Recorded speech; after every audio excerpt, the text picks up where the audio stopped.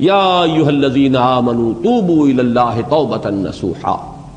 اہل ایمان رجوع کرو اللہ کی جناب میں، لوٹو پلٹو توبہ کرو، اور وہ توبہ بھی نہایت خالص توبہ ہو۔ یہ توبہ حضرت علی رضی اللہ تعالیٰ عنہ نے ایک مرتبہ دیکھا ایک شخص کو، وہ گردان کر رہا ہے توبہ کی تیزی تیزی سے، تو فرمایا یہ تو توبۃ المکذبین ہے، جھٹلانے والوں کی توبہ ہے یہ۔ وہ گھبرایا، تو پھر آپ نے فرمایا توبہ وہ ہوتی ہے جس کے ساتھ وہ ساری کیفیات ہو، شدید ترین پشیمانی ہو کہ میں کیا کر بیٹھا ہوں، پھر یہ کہ آئندہ کے لیے عزم مصمم ہو کہ ہرگز دوبارہ یہ کام میں نہیں کروں گا، اور نہایت گڑ گڑا کر اللہ سے اس کی دعا جو ہے اس کی معافی طلب کی جائے۔ یہ قلب کی گہرائیوں سے جب تک یہ توبہ نہیں نکلے گی یہ توبہ نہیں ہے۔ تو توبۃ النصوح، یہ نصح کا لفظ جو آتا ہے عربی زبان میں، یہ ہے کسی شے کے خالص ہونے، کوئی اس میں ملاوٹ نہ ہو۔ توبۃ النصوح، یہ توبۃ النصوحہ، خالص توبہ کرو، دل کے ایک گہرائیوں سے توبہ کرو، اور صمیم قلب سے توبہ کرو، عزم مصمم کے ساتھ توبہ کرو کہ پروردگار جو خطا ہو گئی ہے بخش دے، آئندہ تیرے کسی حکم کے خلاف کوئی حرکت نہیں کروں گا، خاص طور پر وہ خطا جو معین ہے اس کے بارے میں تو تعین کے ساتھ فیصلہ ہو کہ دوبارہ نہیں کروں گا۔ اس میں ہو سکتا ہے، جیسا کہ میں نے شاید آج دن میں کسی گفتگو میں عرض کیا تھا، بعض طبائع ہوتی ہیں مریض، ان کی قوت ارادی جو ہے کمزور ہوتی ہے، اس وقت وہ خلوص دل سے بھی اگر طے کر لیں کہ یہ کام دوبارہ نہیں کروں گا، تو وہ کمزور قوت ارادی کی وجہ سے اس پر قائم نہیں رہ سکتے، کل یا پرسوں یا کچھ عرصے کے بعد پھر پھسل جاتے ہیں۔ اس سے وہ توبہ باطل نہیں ہوگی، اس بات کو سمجھیے، یہ نہ سمجھیے کہ میں انکریج کر رہا ہوں، لیکن مسئلے کو سمجھ لیجیے۔ جس وقت انسان توبہ کر رہا ہے اس وقت عزم مصمم کا ہونا ضروری ہے۔ اب یہ اللہ جانتا ہے ہمارے دل کے اندر کے حالات کو، ہماری کیفیات کو، اگر اس وقت عزم مصمم ہے تو توبہ صحیح ہو جائے گی، پھر اگر خطا ہو گئی پھر توبہ کرو، پھر خطا ہو گئی ہو پھر توبہ کرو۔ بازا بازا ہر چہ ہستی بازا، گر کافر و گبر و بت پرستی بازا، این درگہ ماں درگہ نومیدی نیست، 100 بار اگر توبہ شکستی باز آ، اگر 100 مرتبہ بھی توبہ ٹوٹ گئی ہے کوئی پرواہ نہیں، جب تک یہ زندگی کا تسلسل چل رہا ہے، معلم یغرغر، جب تک کہ وہ گھنگرو نہیں بولا ہے آ کر حلق میں، اور نزع اور جان کندنی کا عالم شروع نہیں ہو گیا ہے، اس وقت تک توبہ کا دروازہ کھلا ہوا ہے۔ لیکن جس وقت توبہ کر رہا ہے آدمی، اب یہ آدمی اپنے آپ کو دھوکہ دے لے گا تو دوسری بات ہے، لیکن اللہ جانتا ہے،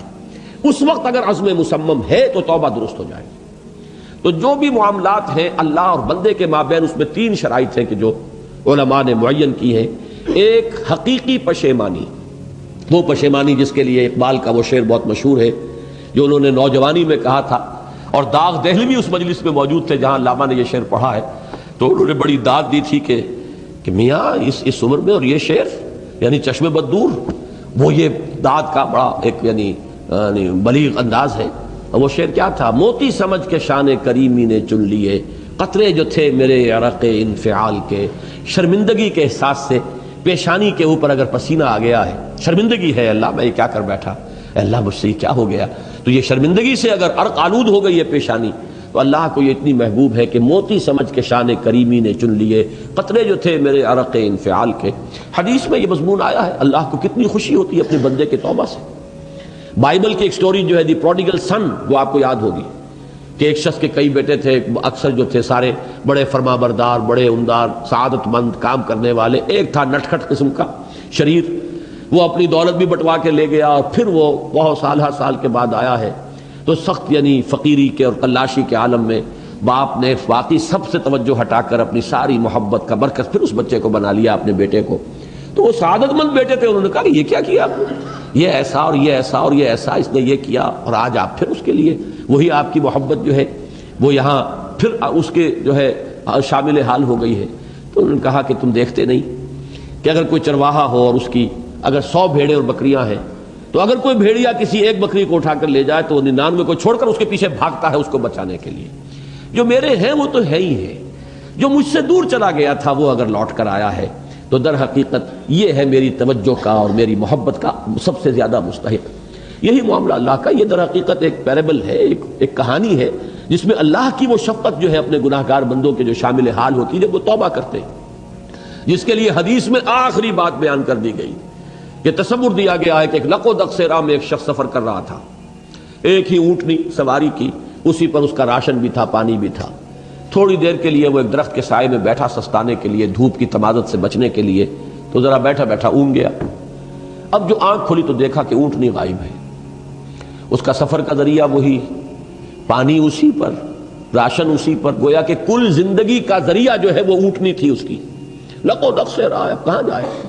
کہیں پانی نہیں، کچھ کھانے کے لیے نہیں، دیوانہ وار دوڑتا ہے دائیں بائیں ادھر ادھر اونٹنی کو ڈھونڈنے کے لیے، کہیں سراغ نہیں ملتا۔ تو وہ اب موت کے انتظار میں درخت کے نیچے آ کے بیٹھتا ہے، مایوسی کی انتہا، موت کا انتظار کہ اچانک دیکھتا ہے کہ اونٹنی تو کھڑی ہوئی ہے۔ تو اب اس پر شادی مرگ کی کیفیت طاری ہوتی ہے۔ وہ کہنا تو یہ چاہتا تھا اللہ میں تیرا بندہ ہوں تو میرا رب ہے، کہہ یہ جاتا ہے کہ اللہ تو میرا بندہ میں تیرا رب۔ زبان لڑکھڑا گئی ہے اس خوشی کی شدت کی وجہ سے۔ تو حضور فرماتے ہیں کہ اللہ کو اپنے کسی گناہگار بندے کی توبہ سے اس سے بھی کہیں زیادہ خوشی ہوتی ہے۔ تو اس کو ذہن میں رکھیے، توبہ کا بڑا اونچا مقام ہے ہمارے ہاں، شرائط بھی سخت ہیں، 3 شرطیں وہ، ایک عزم مصمم، ایک پشیمانی، حقیقی پشیمانی، نمبر 2 عزم مصمم کہ اب دوبارہ نہیں کروں گا، نمبر 3 ایک مرتبہ ضرور اس کام کو چھوڑ دینا، یہ گویا کہ اس کے عزم مصمم کا فوری ثبوت ملنا چاہیے۔ کچھ دنوں کے بعد پھر کہیں جذبات کا رحلہ آئے، کوئی اور خطا ہو جائے، بات دوسری ہوگی۔ اور جو حقوق العباد کا معاملہ ہے اس میں 4تھی شرط اور ہے، اس لیے کہ حقوق العباد کی کوتاہی جو ہے اللہ تعالیٰ معاف نہیں فرمائیں گے۔ وہ تو وہی بندہ ہے جس کی آپ نے حق تلفی کی ہے، کسی کی غیبت کی ہے، کسی کی چغلی کھائی ہے، کسی پر تہمت لگائی ہے، کسی کا مال ہڑپ کیا ہے، کسی کو دھوکہ دیا ہے، کسی کی عزت پر حملہ کیا ہے، تو وہ تو وہی معاف کرے گا۔ یا یہ کہ آپ کی جو نیک اعمال ہیں وہ اس کو دے دیے جائیں گے قیامت کے دن، اور اگر آپ کے اعمال ختم ہو جائیں گے تو اس کے گناہ جو ہے وہ آپ کے کھاتے میں ڈال دیے جائیں گے۔ بہرحال جو 4تھی شرط ہے حقوق العباد کے معاملے میں کوتاہی میں توبہ کی، وہ یہ ہے کہ آپ یا معافی طلب کریں یا تلافی کریں اس شخص کی جس کے حقوق کو آپ نے تلف کیا۔